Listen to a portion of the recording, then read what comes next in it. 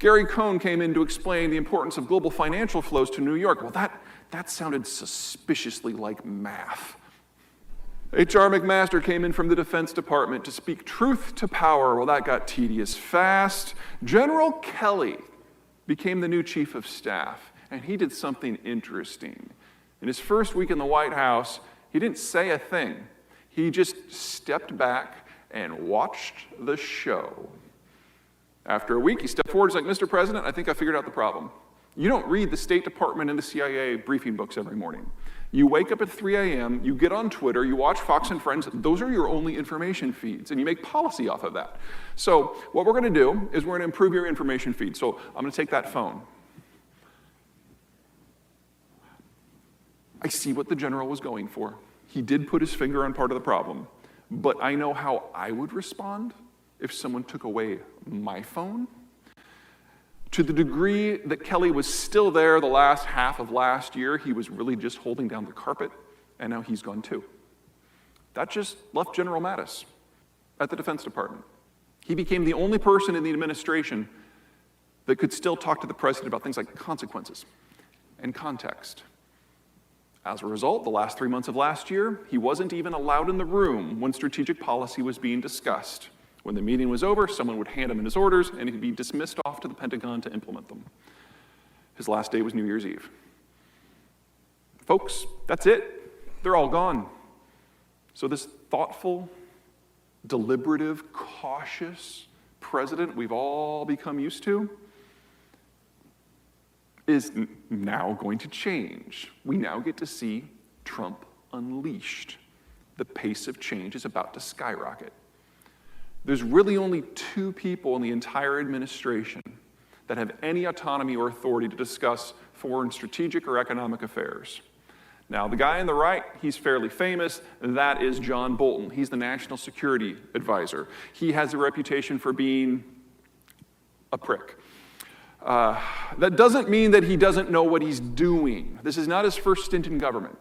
He served under the W administration. He was responsible for the North Korea portfolio. And as part of that, he basically tricked up an 18-nation alliance that included Russia, China, Japan, and France to go and board North Korean vessels.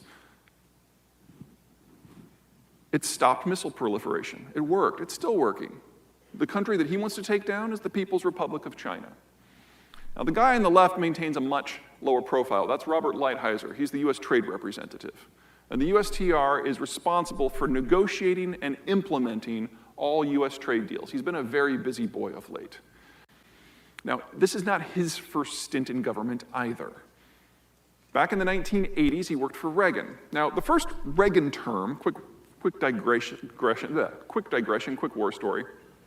In the 1980s, first half of the 1980s, the Cold War was running hot and heavy. We had a nuclear scare over Berlin, and some of the allies the Reagan administration noticed were doing some things that we really weren't fans of. The French, the Germans, the Japanese, they were all intervening in currency markets, pushing their currencies down, pushing the US dollar up, which allowed them to export more to the US market, stabilize their own home systems. But Reagan really needed all the allies standing shoulder to fight the Soviets, so he's willing to look the other way. But come 1985, things had changed. Reagan's re-election was over. He would never face another election. Gorbachev was rising to power in the Soviet Union, so the Cold War was getting calmer. So he drew the allies together at the Plaza Hotel in New York and said, look, we see what you're doing, and you're going to stop, because if you don't, we're going to pull out of the global order, and you can deal with the Russians on your own. We have a side deal. Within 6 months, not only had the intervention stopped, it had reversed, and the US dollar dropped by half. Lighthizer was the Reagan administration's hatchet man assigned to Japan.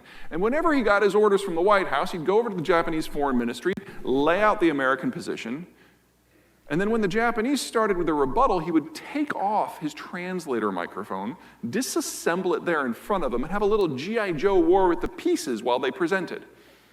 When they were done, he put it back together, put it back on. He's like, oh, well, that was absolutely riveting, but we're going to do it my way, right? This is the guy whose also #1 target is the People's Republic. The question in my mind is not, are these two gentlemen trying to wrestle China into a subservient position, is whether or not they're just trying to crash the Chinese system outright, because that would be easier.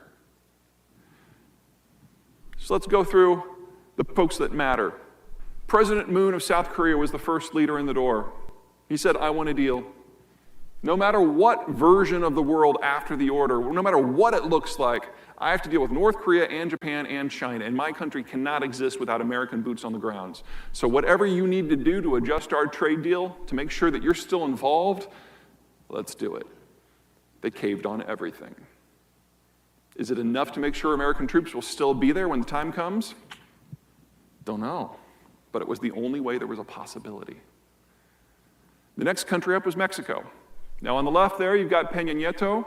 He is quite possibly the best Mexican leader we've ever had as a negotiating partner on the other side of the border. Speaks fluent English, pro-American, pro-business, pro-trade, wanted to do deals with us on security and migration. Barack Obama would not give him the time of day, and Donald Trump has given him nothing but insults. Massive wasted opportunity. Taking over for him is Lopez Obrador. He's a weird cat. He combines the blind ideology of Ted Cruz with the shrillness of Elizabeth Warren and the anti-foreigner sentiment of Donald Trump and the body of Nancy Pelosi and the pathological refusal to engage in basic mathematics of Bernie Sanders. All in one guy. Therein lies an opportunity. He knew that if he tried to be a foreign affairs president, he'd just be in a pissing contest with Trump. He sees himself kind of like Bill Clinton as a domestic leader, domestic renewal. So he reached out to Peña and he reached out to Trump and says, look, if you two guys can agree on what the next NAFTA is going to be, I'll get it ratified. So far, he's been a man of his word. The Lighthizer team took that deal and went north. We have any Canadians in the room? Security, there's one over here. Hi. This is Christina Freeland. She is the Canadian Foreign Minister. In my opinion, she's one of the top 10 smartest people Western civilization has ever produced. Now, 3 years ago, I beat her in a debate, but she's Foreign Minister, so let's just call that a wash. She realized 5 minutes into her first meeting with Donald Trump that she was absolutely the wrong person for the job. Trump has this little foible. He feels he absolutely must be the smartest person in the room. And that was never going to happen as long as Freeland was in the same zip code. She knew that she needed someone with a tight body and a skin-close outfit and fantastic hair and a wonderful smile to put in the front and just nod and smile and never say anything. And she found the perfect person. Justin Trudeau is by far Donald Trump's favorite world leader because he never speaks. He just stands there and nods, and Trump's inner monologue fills in the voids. It's very complimentary. The Canadians call it the hug offensive. And it was working very well until mid-last year when Canada had to host the G7 summit, and all of a sudden Trudeau actually had to speak. And for the first time of Trump's presidency, what Justin Trudeau was saying was not matching the monologue, and he got pissed, and the bilateral relationship collapsed in a day, literally a day. And Lighthizer is like, oh yeah. See, Canada had been dragging its feet in the talks. It was like, nothing's going to happen without our agreement. We're too important. But now that the relationship had collapsed, he was like, we've got to deal with Mexico. Mexico's the larger economy. Mexico is growing more quickly. Mexico has the better demography. Mexico is the country of the future. You're just Canada. And without the global order, you're nothing. So you've got 7 days to agree to our terms, or we'll just do it without you. It only took 6. Shinzo Abe thought he had a deal. He was the second world leader to visit Trump after the inauguration, and they cut a series of agreements on security and naval cooperation and intelligence. And then all of a sudden, the United States slaps Japan with aluminum and steel tariffs. And he's like, what's going on here? We had a deal. You and the carriers were to be in front, and all the allies were going to be behind you. It was going to be glorious. We were going to take down China. And Trump's like, well, that's interesting that that's what you thought, because that's totally not what I was doing.